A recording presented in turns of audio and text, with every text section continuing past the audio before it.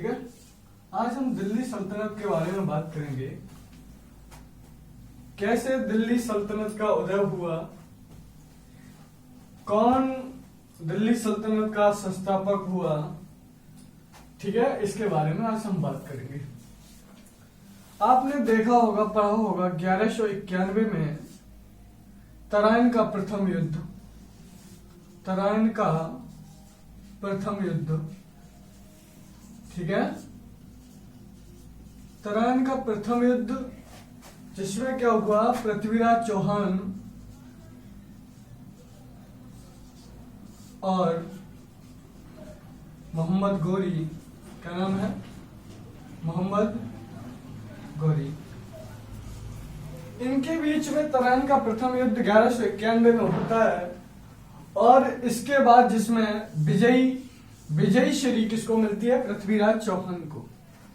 Just एक साल बाद यानी कि 1192 में पृथ्वीराज चौहान तथा गौरी के मध्य फिर एक युद्ध होता है जिसे तराइन का द्वितीय युद्ध कहा जाता है। क्या कहा जाता है, तराइन का द्वितीय युद्ध। आराम से समझिए, दिल थाम के बैठिए, इतिहास का मजा लीजिए। तो देखिए लड़ाई, अब ऐसा मत करना कि लड़ाई चल रही है तो तुम आपस में कहीं लड़ने लगो, ठीक है बच्चों। अब देखिए 1192 की बात कर रहा हूं, जिसमें क्या होता है, पृथ्वीराज चौहान को अपने आप पे कॉन्फिडेंट आ जाता है, कहता है ये गौरी मेरा क्या कर देगा। लेकिन कभी भी दुश्मन को कमजोर नहीं समझना चाहिए। गौरी ने दूसरा आक्रमण 1192 में कर दिया, जिसको तराइन का द्वितीय युद्ध कहा गया। और इसमें पृथ्वीराज चौहान की क्या हो जाती है, हार हो जाती है। पृथ्वीराज चौहान की हार हो जाती है।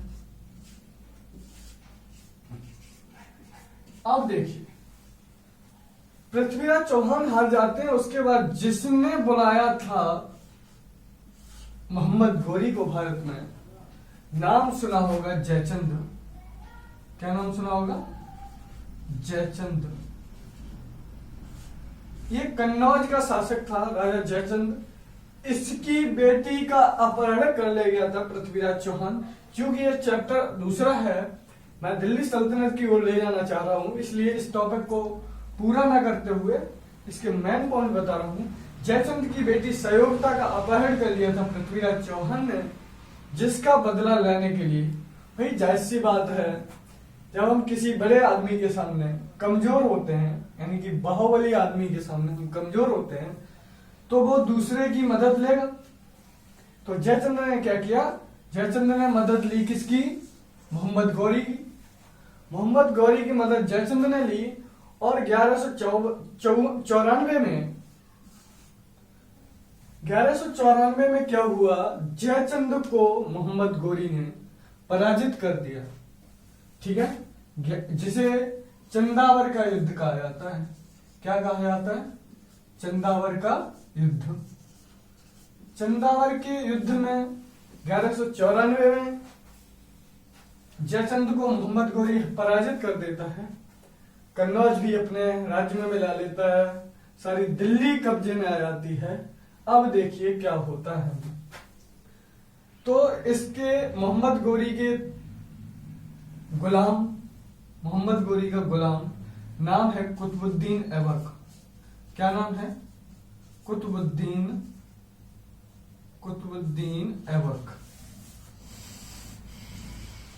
कुतुबुद्दीन ऐबक को दिल्ली की गद्दी मिलती है, क्योंकि मोहम्मद गौरी का कोई भी सगा उत्तराधिकारी नहीं होता है, इसके कोई संतान नहीं होती है, जिसके कारण इस कुतुबुद्दीन ऐबक को दिल्ली सल्तनत दे दी जाती है।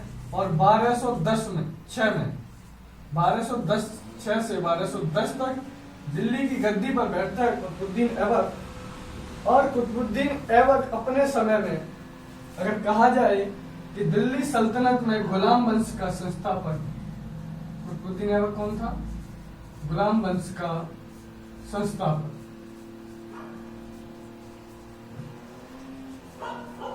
इसके बाद इसका बेटा आता है। इसकी मृत्यु के बाद आराम शाह, क्या नाम है उसका? आराम शाह।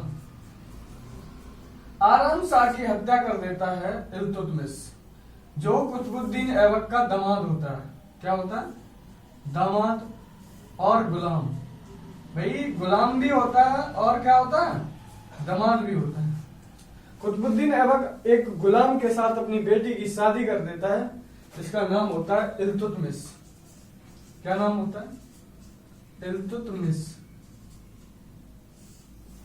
देखिए, जब दिल्ली की कुतुब मीनार है, उस कुतुब मीनार का निर्माण कराना प्रारंभ कर दिया किसने? कुतुबुद्दीन ऐबक ने। कुतुब मीनार का निर्माण कुतुबुद्दीन ऐबक ने प्रारंभ किया। ठीक है। अब देखिए कुतुब मीनार, लेकिन उसके बीच में ही पोलो खेलते समय, क्या करते समय? पोलो खेलते समय, एक पोलो घोड़े की घुड़सवारी होती है। घोड़े की घुड़सवारी होती है पोलो में, जिसके द्वारा राजा महाराजा लोग शिकार या आखेट खेलते हैं। उसी समय इनकी घोड़े से गिरकर मौत हो जाती है कुतुबुद्दीन ऐबक की। तो जो कुतुब मीनार है उसका पूर्ण निर्माण कराया आपका इल्तुतमिश ने। अब समझिएगा, इल्तुतमिश की बात करें तो इल्तुतमिश दिल्ली सल्तनत का वास्तविक संस्थापक, यानी कि कहा जाए कि गुलाम वंश का वास्तविक संस्थापक, गुलाम वंश का वास्तविक संस्थापक कौन है भाई? इल्तुतमिश है, जाहिर सी बात है। और इसी ने कुतुब मीनार को पूर्ण कराया है। अब देखिए, इसको गुलामों का गुलाम भी कहा जाता है। क्या कहा जाता है? गुलामों का गुलाम। अगर आपके एग्जाम में कोई क्वेश्चन बने कि गुलामों का गुलाम किस दिल्ली सल्तनत के शासक को कहा जाता है, किस दिल्ली सल्तनत के शासक को गुलामों का गुलाम कहा जाता है, वो है इल्तुतमिश। इल्तुतमिश को गुलामों का गुलाम क्यों कहते हैं? क्योंकि जो कुतुबुद्दीन ऐबक था वो गौरी का गुलाम था और कुतुबुद्दीन ऐबक का गुलाम इल्तुतमिश था। तो यहाँ ये गुलाम मोहम्मद गौरी का है और इसका गुलाम इल्तुतमिश है। तो हम कह सकते हैं कि इल्तुतमिश गुलामों का गुलाम था। अब देखिए, इल्तुतमिश इसने क्या किया? अपने समय में तावे और जीतल के सिक्के चलवाए। तावा और जीतल के सिक्के चलवाए।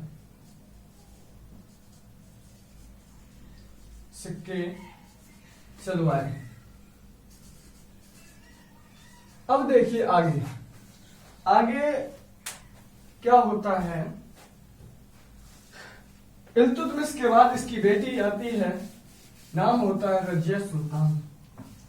जैसा कि उसके बारे में हम लोग जानते हैं कि रजिया सुल्तान कौन थी? रजिया सुल्तान कौन थी? हम बात कर रहे हैं इल्तुतमिश की। किसकी बात कर रहे हैं? इल्तुतमिश की। ठीक है। इसके बाद गद्दी पे कौन बैठेगा? रजिया सुल्तान। कौन बनेगा? रजिया सुल्तान। ठीक है। और ये बनती है आपकी 1236 से लेकर 1240 तक। कब बनती है? 1236 से 1240। यह भारत की, यानी कि मध्यकालीन भारत की पहली महिला शासिका, या सुल्ताना, पहली महिला सुल्ताना या कह सकते हैं शासिका, वो कौन थी? रजिया सुल्तान। क्या चेंजेस हुए हैं, क्या बदलाव आया है रजिया सुल्तान के गद्दी पर बैठने पर? चूंकि इल्तुतमिश का जो उत्तराधिकारी थे, इसके बेटे थे, वो योग्य नहीं थे, सत्ता चलाने लायक नहीं थे। तो रुकनुद्दीन जो था रजिया सुल्तान का भाई, और भी भाई थे, तो उसकी माँ ने, रजिया सुल्तान की माँ ने रजिया सुल्तान को ही गद्दी पर बैठने के लिए उचित समझा, और जनता भी चाहती थी कि रजिया सुल्तान गद्दी पर बैठे। क्यों बैठे? क्योंकि जो रुकनुद्दीन था उसकी बात का, उसकी जो सोच थी, उसका समाज पर कोई भी असर नहीं पड़ रहा था, तो रजिया सुल्तान को गद्दी पर बिठाया गया। अब क्या हुआ? चूंकि रजिया सुल्तान एक मर्द के वेश में दरबार में जाया करती थी, टोपी और कुर्ता पजामा पहनकर दरबार में जाती थी, और जो मैं बता रहा हूं, इल्तुतमिश ने एक चहलगामी नामक एक संगठन बनाया था, जिसे चालीसा भी कहा जाता है। क्या कहा जाता है? चालीसा। चालीसा का मतलब यह था, राजा को यानी कि शासक को भिन्न भिन्न विभागों की जानकारी देने वाले 40 लोगों का एक गुट, इसे क्या कहा गया? चहलगामी। और दूसरा चालीसा। क्या कहा गया? चालीसा। जिसमें सबसे प्रसिद्ध एक नाम आता है वलवन का, चूंकि रजिया सुल्तान के बाद इस दिल्ली सल्तनत की कमान वलवन संभालेगा। उससे पहले की घटना बता दूं कि रजिया सुल्तान के साथ क्या हुआ। जनता तो ज्यादा चाहती थी, लेकिन इसके जो चहलगामी चालीसा के सदस्य थे वो इससे नाराज होने लगे। क्यों होने लगे? क्योंकि ये मर्द के वेश में दरबार में आया करती थी, जैसा कि मैंने पहले ही बता दिया है। अब देखिए, इसके बाद आपका आता है बलवन। कौन आता है? बलवन। यह दिल्ली सल्तनत का सबसे बुद्धिमान व्यक्ति था। क्यों? क्योंकि इसने रजिया सुल्तान के समय यह एक घोड़े जो अस्तबल होता है उसका मालिक था। धीरे धीरे इस चहलगामी का सदस्य बना, और क्या हुआ? रजिया सुल्तान के बाद महमूद शाह आया। महमूद शाह की हत्या करने के बाद बलवन गद्दी पर बैठा और दिल्ली सल्तनत की शोभा बढ़ाई। और बलवन की जो नीति थी उसको लौह एवं रक्त की नीति कहते हैं। लौह एवं रक्त की नीति। लौह एवं रक्त नीति अगर आ जाए एग्जाम में, किस शासक की है? तो बलवन की है। आपने देखा होगा एक मुस्लिम धर्म में एक रोजा त्योहार आता है, नवरोज। ठीक है, तो उस नवरोज त्योहार का, नवरोज उत्सव का आयोजन भी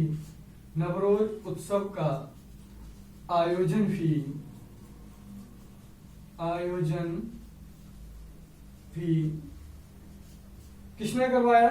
वलवन ने। ठीक है, अब इसके बाद मैंने बात की है कि एक क्रम है। क्रम क्या था आपका? चूंकि ये चीजें पहले बतानी चाहिए थी। दिल्ली सल्तनत में सबसे पहले आता है गुलाम वंश। कौन सा आता? गुलाम वंश के बाद आपका आता है खिलजी वंश। कौन सा आता है? खिलजी वंश। खिलजी के बाद आपका आता है तुगलक वंश। चूंकि 5 वंश हैं इसमें, कितने वंश हैं? गुलाम वंश, खिलजी वंश, तुगलक वंश और सैयद वंश और लोधी वंश। कौन सा? लोधी वंश। चीजें समझ लो इसमें। मैंने कहा गुलाम वंश का संस्थापक आ जाए, तो मैंने बताया था अगर वंश का संस्थापक पूछा जाए तो कुतुबुद्दीन ऐबक होगा। क्या होगा? कुतुबुद्दीन ऐबक। लेकिन अगर वास्तविक संस्थापक की बात की जाए, किसकी? वास्तविक संस्थापक की बात की जाए, तो वास्तविक संस्थापक में आपका हो जाएगा इल्तुतमिश। कौन होगा बच्चों? इल्तुतमिश। ठीक है, ऐसे ही खिलजी वंश में अगर आ जाए तो खिलजी वंश की स्थापना जलालुद्दीन खिलजी ने की थी। किसने की थी? जलालुद्दीन खिलजी। और इसी का भतीजा कहें या दामाद कहें, जिसका नाम अलाउद्दीन खिलजी था। अलाउद्दीन खिलजी, जिसकी बाजार नियंत्रण प्रणाली आज तक प्रसिद्ध है। उसके बाद तुगलक में आते हैं तो मोहम्मद बिन तुगलक। मोहम्मद बिन तुगलक ने तुगलक वंश की स्थापना की। ठीक है, सैयद वंश की स्थापना खिज्र खां द्वारा की गई। किसके द्वारा? खिज्र खां। और सिकंदर लोदी ने लोदी वंश की स्थापना की। किसने? सिकंदर लोदी ने लोदी वंश की स्थापना की। और इसी ने 1504 में सिकंदर लोदी ने आगरा नगर की स्थापना की। जो आगरा सिटी है, जिसे प्रेम नगरी कहा जाता है, उसकी स्थापना 1504 में सिकंदर लोदी द्वारा की गई। और इसका अंतिम सम्राट कहें तो वो था इब्राहिम लोदी। नाम सुना होगा इब्राहिम लोदी। अब कहोगे इब्राहिम लोदी का नाम क्यों सुना होगा, क्या जरूरी है?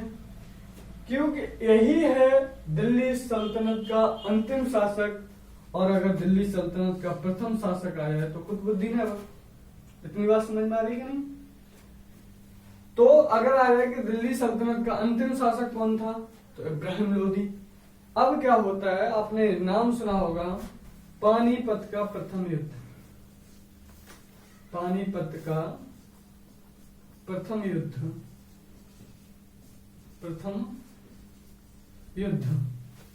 ये कब होता है? 1526 में। कब होता है? 1526 में। किन किन के बीच में होता है? बाबर वर्सेस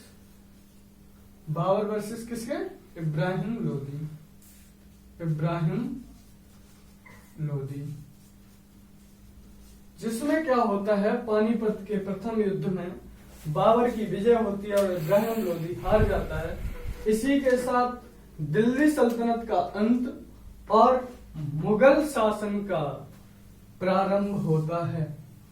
तो मुगल शासन का प्रारंभ 1526 में बाबर की पानीपत लड़ाई से शुरू होता है और इब्राहिम लोदी की हार के साथ दिल्ली सल्तनत का अंत होता है। तो हम बात कर रहे थे गुलाम वंश की। तो गुलाम वंश में बलबन आता है, बलबन के साथ और भी आते हैं। उसके बाद खिलजी वंश आता है। खिलजी वंश की स्थापना करता है जलालुद्दीन खिलजी। चूंकि जलालुद्दीन खिलजी का ही भतीजा, जिसका नाम अलाउद्दीन खिलजी है, जलालुद्दीन का भतीजा अलाउद्दीन खिलजी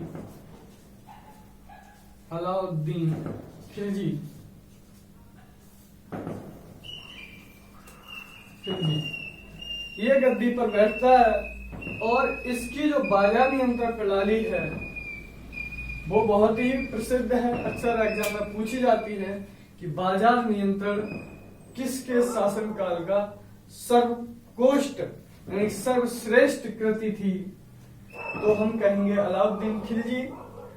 इसी के समय आपने देखा होगा एक पद्मावत मूवी आई थी, तो यही अलाउद्दीन खिलजी था जो पद्मावती के साथ प्रेम विवाह करना चाहता था। और इसका उल्लेख आपने देखा होगा मलिक मोहम्मद जायसी द्वारा रचित पद्मावत जो महाकाव्य है, ठीक है, उसमें दिया गया है। पद्मावती थी राजा रतन सिंह की पत्नी, ठीक है, और उस पर ये मोहित हो गया था अलाउद्दीन खिलजी, उससे शादी करना चाह रहा था, ठीक है।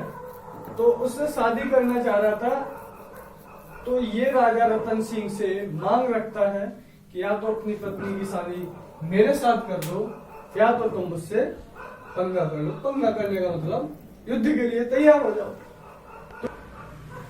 तो राजा रतन सिंह ने क्या किया, इससे पंगा करने के लिए तैयार हो गया। लेकिन पद्मावत को पता था कि कहीं ऐसा ना हो अलाउद्दीन, चूंकि इसकी सेना बड़ी थी, कब्जा कर ले। लेकिन उसने अपने सतीत्व की रक्षा करते हुए जौहर कर लिया। जौहर का मतलब होता है जिंदा आग में जल जाना। तो वो पद्मावत इसकी ना हो सकी और राजा रतन सिंह के हाथों से भी चली गई। यानी कि कहें तो ये बहुत बड़ी दुख की घड़ी आ चुकी थी राजा रतन सिंह के ऊपर, जब अलाउद्दीन खिलजी ने उन पर क्या किया, पंगा करने की कोशिश की। अब देखिए